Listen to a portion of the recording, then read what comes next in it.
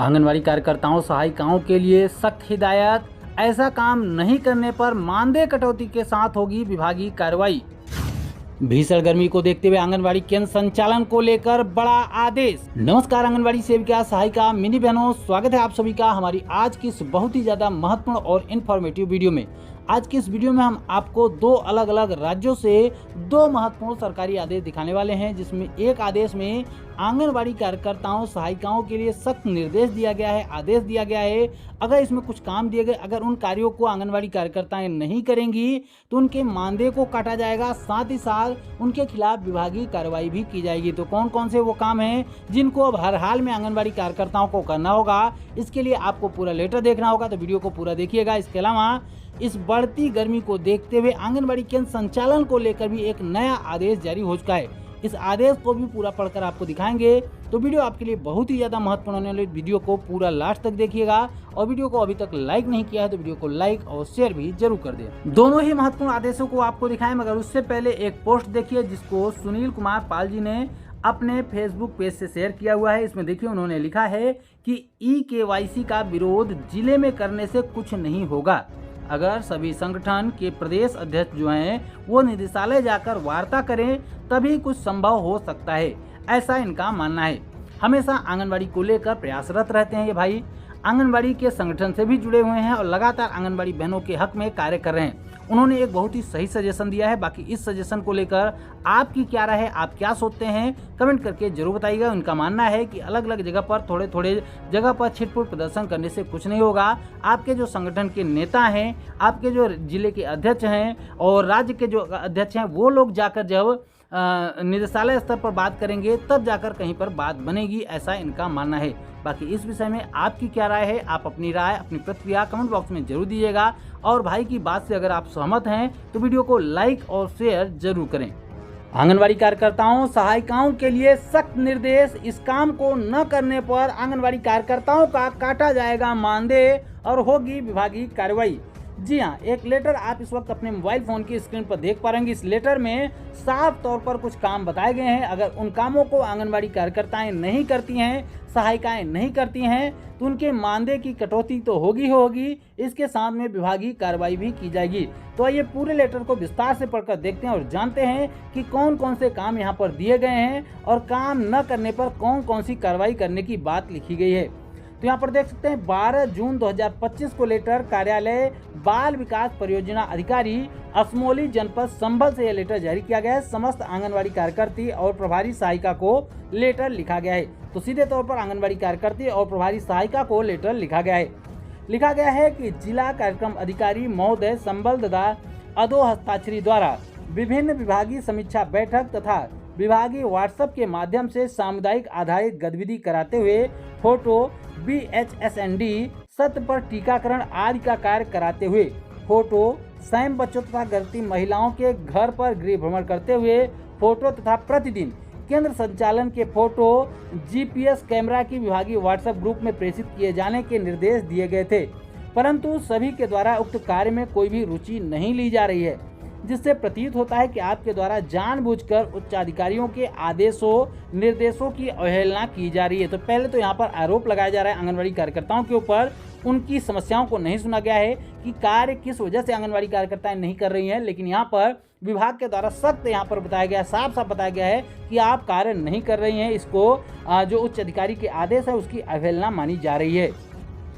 उसके बाद dark letter में यहाँ पर देख सकते हैं उपरोक्त के अनुपालन में समस्त आंगनवाड़ी कार्यकर्तियों और प्रभारी सहायिकाओं को निर्देशित किया जाता है कि सामुदायिक आधारित गतिविधि कराते हुए, यानी कि जो सामुदायिक आधारित गतिविधियां होती हैं उनको कराते हुए BHSND सत्र पर टीकाकरण आदि का कार्य कराते हुए फोटो जरूरी है। फोटो स्वयं जो बच्चे होते हैं, यानी कि अल्पपोषित जो बच्चे होते हैं, उनके गृह भ्रमण करते हुए फोटो लिया जाए। इसके बाद गर्भवती महिलाओं के गृह भ्रमण करते हुए फोटो एवं प्रतिदिन केंद्र संचालन के फोटो GPS कैमरा से विभागीय व्हाट्सएप ग्रुप में प्रेषित करना सुनिश्चित करें। यानी कि GPS कैमरे से आपको फोटो लेना है। GPS कैमरा क्या होता है आप लोगों को पता होना चाहिए, क्योंकि आप लोगों को यह काम पहले भी दिया गया है, और नहीं पता तो हम आपको बता दें कि एक कैमरे में एक फीचर होता है जिसमें जब आप फोटो खींचते हैं, जो फोटो कैप्चर करते हैं, तो वहाँ पर उसका लोकेशन, वहाँ का टाइमिंग सब कुछ मेंशन हो जाता है। तो उस फोटो की बात यहाँ पर हो रही है उस फोटो को तमाम कार्यों को लेकर, चाहे वो गृह भ्रमण का कार्य हो, चाहे गर्भवती महिलाओं के गृह भ्रमण का कार्य हो और चाहे बच्चों के गृह भ्रमण का कार्य हो, इसके अलावा चाहे सामुदायिक आधारित गतिविधियों की बात हो, चाहे आंगनबाड़ी केंद्रों के संचालन की बात हो, सभी जगह की फोटो ली जाएगी। उसके बाद लिखा गया है फोटो लेने के बाद व्हाट्सएप ग्रुप में प्रेषित करना सुनिश्चित किया जाएगा, यानी कि जो विभागीय आपके व्हाट्सएप ग्रुप हैं वहां पर भेजना जरूरी है। अन्यथा संबंधित आंगनबाड़ी कार्यकर्ती सहायिका का मानदेय रोकते हुए विभागीय कार्रवाई हेतु पत्रावली उच्चाधिकारियों को प्रेषित कर दी जाएगी, जिसका संपूर्ण उत्तरदायित्व संबंधित आंगनबाड़ी कार्यकर्ती सहायिका का होगा। साफ तौर पर यहाँ पर कहा गया है कि आपकी जिम्मेदारी होगी अगर आप ऐसा काम नहीं करते हैं, यानी कि विभाग यहाँ पर बिल्कुल भी सुनने को तैयार नहीं है कि आखिर आंगनबाड़ी बहनों को किस प्रकार की टेक्निकल समस्याएं आ रही हैं। अगर इन कामों को आंगनबाड़ी कार्यकर्ताएं नहीं कर रही हैं तो आखिर इसके पीछे क्या जेन्युइन कोई कारण है या फिर सच में लापरवाही है, ये बात पता लगाने की कोशिश भी सरकार और प्रशासन नहीं कर रही है। यहाँ पर एक बार प्रशासन को जरूर जानकारी लेनी चाहिए। इसके अलावा जो हमारी आंगनबाड़ी बहनें हैं उनको भी बढ़ चढ़कर इकट्ठा होकर जो आपके उच्चाधिकारी हैं उन तक ये सूचनाएं पहुँचाइए, चाहे उसकी वीडियो बना लीजिए, चाहे उसकी जो भी चीज़ें हों सबूत के रूप में उनको दीजिए, बताइए कि आपसे ये दिक्कतें आ रही, इस वजह से ये कार्य नहीं हो पा रहे हैं। अन्यथा यहाँ पर साफ लिख दिया गया है कि आंगनबाड़ी कार्यकर्ताओं के मानदेय की कटौती की जा सकती है। इसके अलावा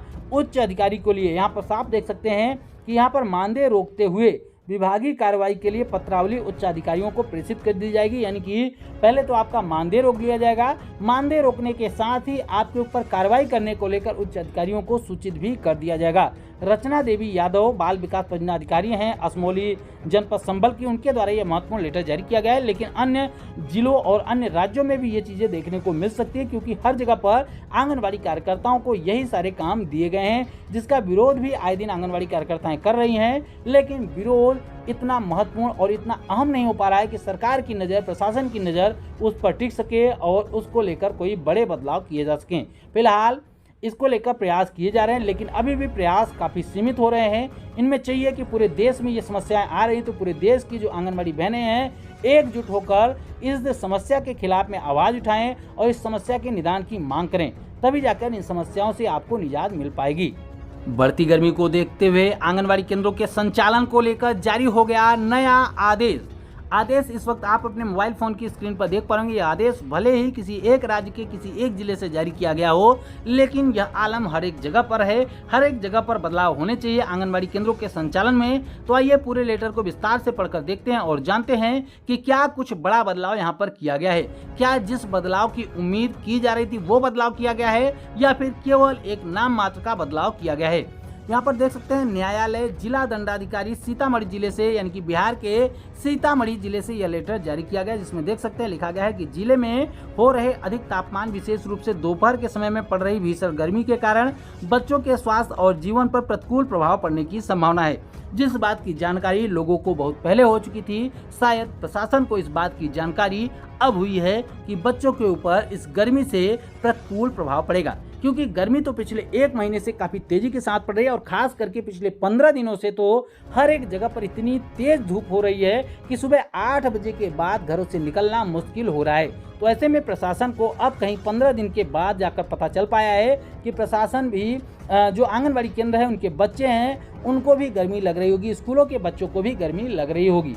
तो आइए देखते हैं कि क्या जिस आदेश की उम्मीद थी हमारी आंगनबाड़ी बहनों को, क्या जो फैसला लिया जाना चाहिए था वो लिया गया है या फिर कुछ और फैसला लिया गया है। आइए लेटर को पढ़कर देखते हैं। लिखा गया है, अतः मैं रिची पांडे, जिला दंडाधिकारी सीतामढ़ी, भारतीय नागरिक सुरक्षा संहिता 2023 की धारा 163 के तहत सीतामढ़ी जिले के सभी निजी और सरकारी विद्यालय, चाहे प्राइवेट स्कूल हो चाहे सरकारी स्कूल हो, सभी में कक्षा 8 तक के सभी जो बच्चे हैं उनके लिए और कोचिंग संस्थाओं में शैक्षणिक गतिविधियों पर 10 बजे पूर्वाह्न के पश्चात और प्री स्कूल और आंगनबाड़ी केंद्रों की गतिविधियों पर 9 बजे पूर्वाह्न के पश्चात प्रतिबंध लगाता हूं।